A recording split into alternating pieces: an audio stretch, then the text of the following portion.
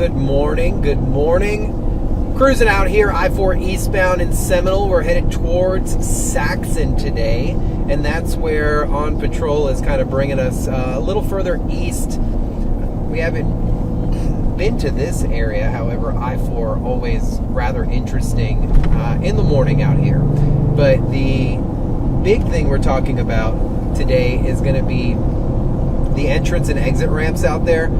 I received 3 separate emails. Not sure if it was one person that is just trying to really get my attention, which, hey, do what you got to do, right?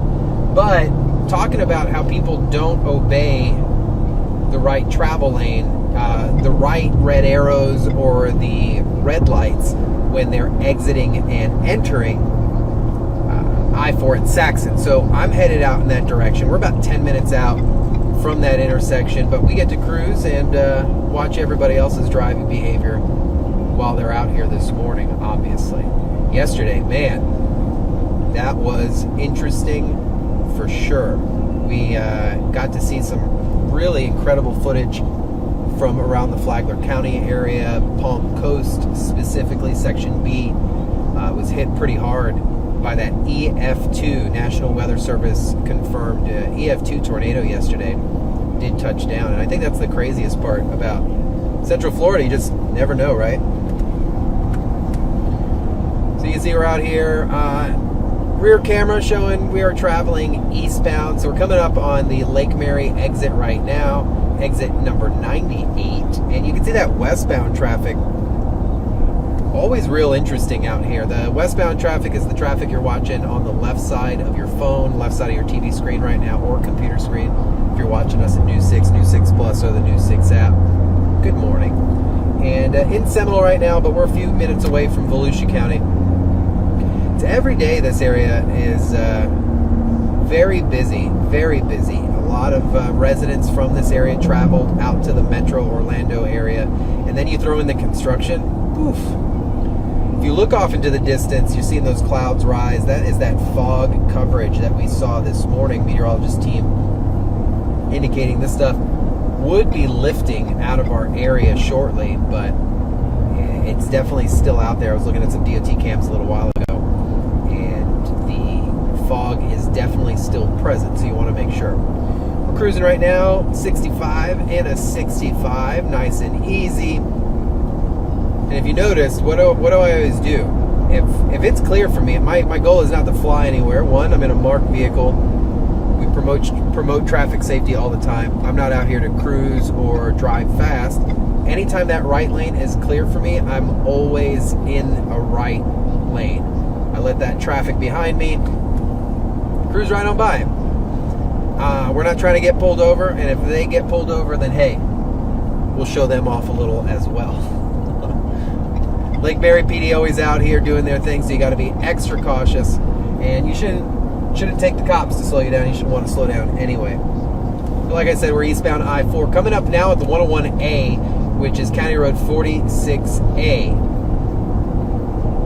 and this is part of that expansion. A lot of construction still active even out here during the daytime, so got to be aware of that stuff. Our construction zones, active construction zones and active school zones, no phone zone, completely hands-free. Big proponent on the camera mounts. So I have a magnet mount, excuse me.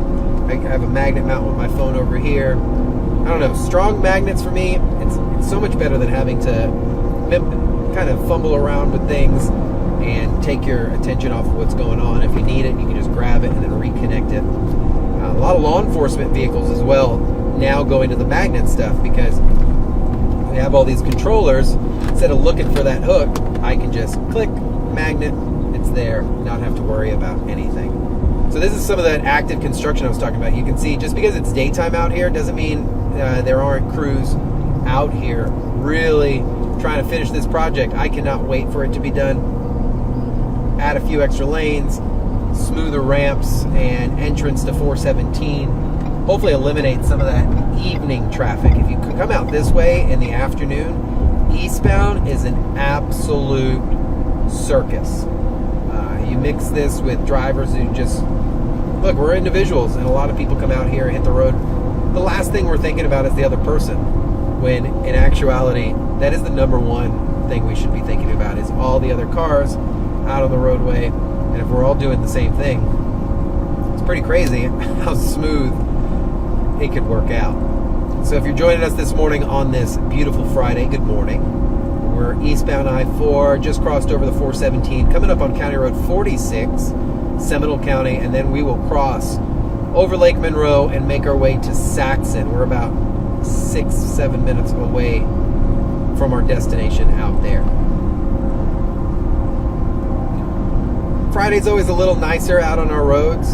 You know, I'm convinced since post-COVID, we do have a lot of businesses. I did go remote, stay remote, but heavily focus on that 4-day work week. Disabled vehicle off to the right there. See how that driver's hanging out outside their car? If you're going to do that, you make sure you put yourself up against the wall.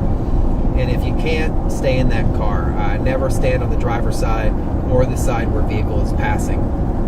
Obviously, right?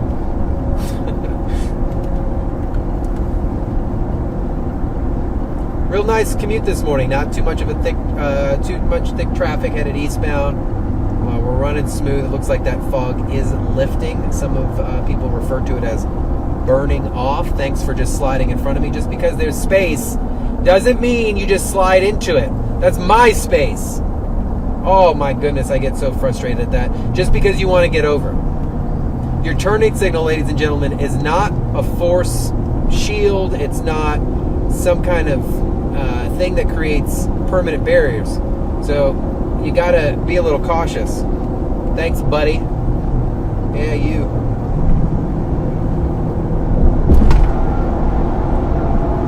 So we're cruising out here, almost to Saxon. But man, this is the benefit of having all these cameras. You can see what's happening around me while it's happening. All right, we're over the St. Johns River into Volusia County as we speak. Give this motorcycle a little space. So something with this motorcycle that is odd, in and out of traffic. He's probably going to slide back in, so I'm going to be cautious of him because he obviously is not paying attention. So something he's doing illegal. Look at his earbuds. As we go by him, he has earbuds in both ears. This is not okay. What happens if an emergency vehicle is coming up behind or something like that? He's probably going to slide over here behind me because he does not want to be between me and this semi-truck. But either way, 2 earbuds on a motorcycle. Hear me out, guys. Put the helmet on. Take the earbuds out. Visually, that could be pulled over as it is.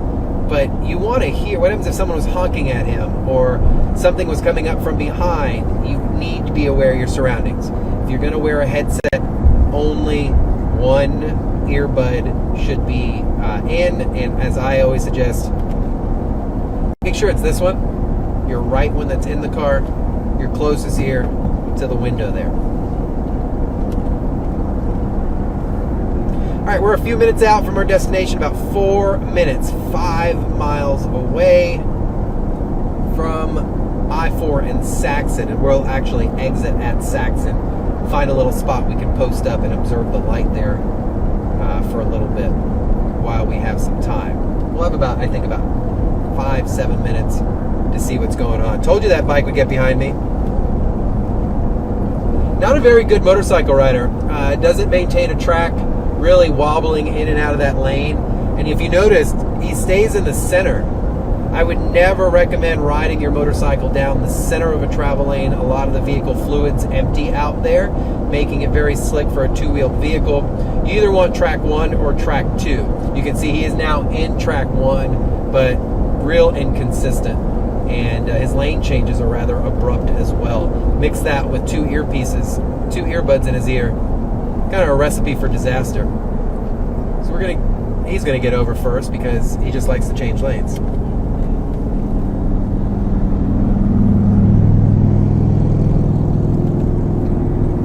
Not the best motorcycle rider I've seen. Look how close he follows. Why would you want to be right there? This makes no sense to me.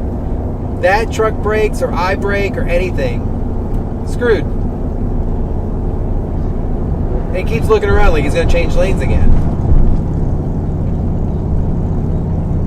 Not the most responsible driver. Hopefully he's exiting there. We'll move over to the right side because our exit is 2 miles ahead. And he still didn't exit back there, guys. Must really like semi-trucks. I don't know. If you're joining us, our main goal here is to get to I-4 and Saxon. So that's where we're going to head. We're going to go check it out. Look at the intersection there. See what drivers are doing. Well, here comes Mr. Motorcycle.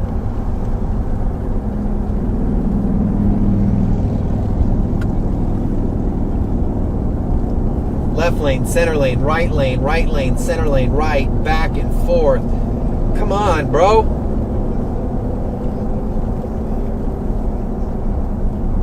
And then I guarantee that's the kind of driver that's like, man, no one pays attention to motorcycles. How can you pay attention to a motorcycle when you're giving no one the opportunity to pay attention to you? Right? Am I making any sense?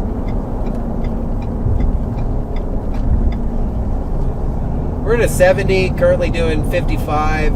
We're going to pick it up a little bit, get out of that right travel lane, get up to the speed where it's permitted and where the rest of the traffic is moving. But those cars in the right lane doing exactly what they're supposed to be doing. If you're going to be under the speed, then be in the right lane. But if you see stuff up ahead like those flashing lights, it's a service vehicle. That Honda required to move over and it's not moving over.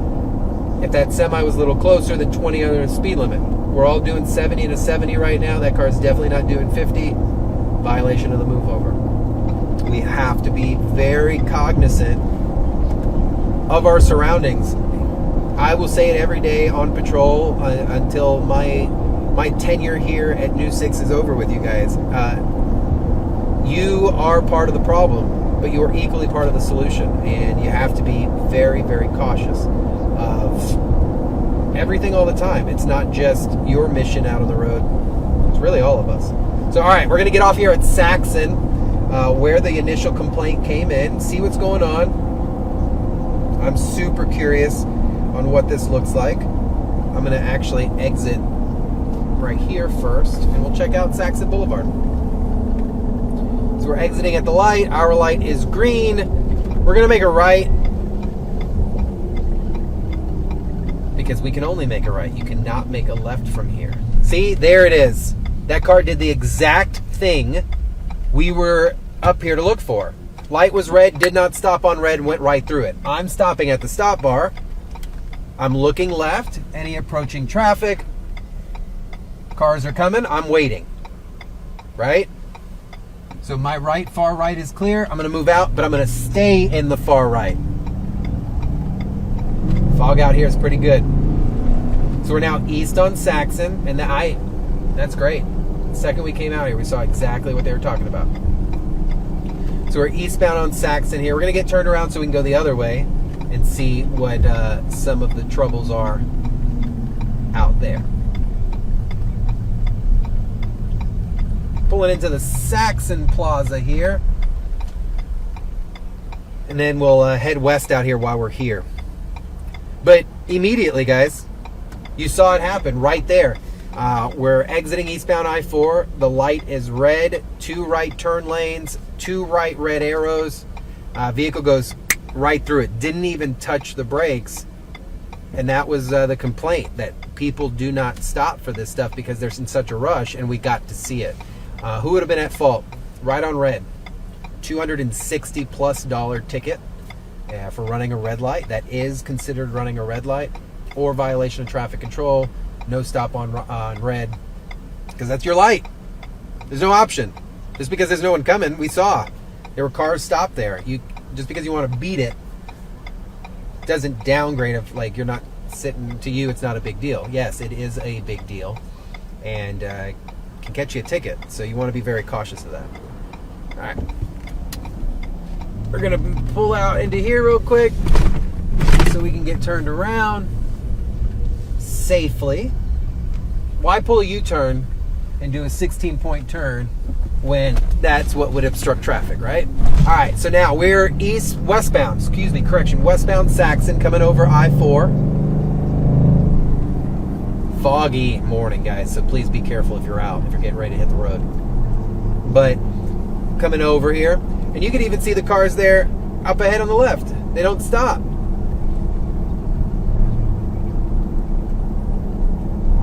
I want to try to plant myself somewhere that we can see this, but I do think if anyone sees us anywhere, they will probably immediately put on the brakes. So, which, hey, I'm okay with that. All right, we're going to go through this light at Park and Ride here at the Daytona Memorial Funeral off to the right, racetrack to the left, and get turned right back around. What we've seen so far was the exact same reason why we came out here, was the failure to come to a complete stop on a red light before making that right and just eating it for breakfast. Now, look, I get you. We're hungry at this hour, but a $200 plus breakfast is not something I would want or can afford. So, unless you're serving me like steak and eggs, some lobster, and an unlimited buffet, then yeah, I'll drop 200 and something on a breakfast, but it better be food for the day. To come out here this early in the morning and to be driving the way we are is ludicrous. It makes no sense to me. And you live here. This is not a tourist community. The Saxon area is not a thriving tourist population. So the people out here are your neighbors. All right, so we're coming back over it one more time. Eastbound I-4. Eastbound Saxon over I-4. We'll come across it here. There is a light, and this was the light that people weren't stopping at. And here's the light. It's foggy out here, y'all. Sorry. So I want to approach it carefully because someone didn't stop earlier. We come back across. See that driver off to the right there? Stopped. I appreciate that. Looking over their shoulder. Sometimes just because we think the light is so simple, we avoid it. Can't be doing that.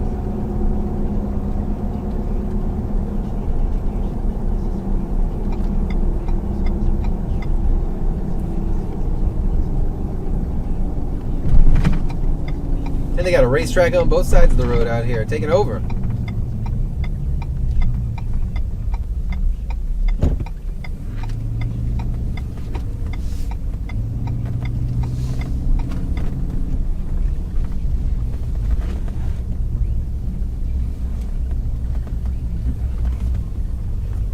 All right, guys. So we saw right away, the second we got out here, exactly what we were looking for. It happened almost immediately. Complaint from Paul, our viewer, that no one or too many people just blow through the light there at I-4 and Saxon. And, you know, a lot of this stuff, I get it, are one-hit wonders, and they occasionally will happen. You have a few bad apples, but man, it's interesting. Once it does happen, we get the complaint, we get out there, and it's the first thing we see when we arrive on scene. Someone does just that. A lot of the times this is simple to most. These minor traffic things are the stuff that avoid major issues.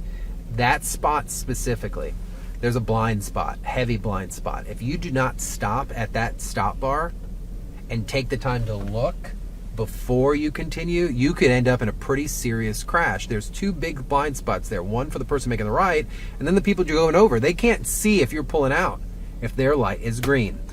Obey all the traffic laws. Do what you're supposed to do, especially in these small areas that are right next to our homes. So have a great day, guys. Hope you have an amazing, amazing weekend.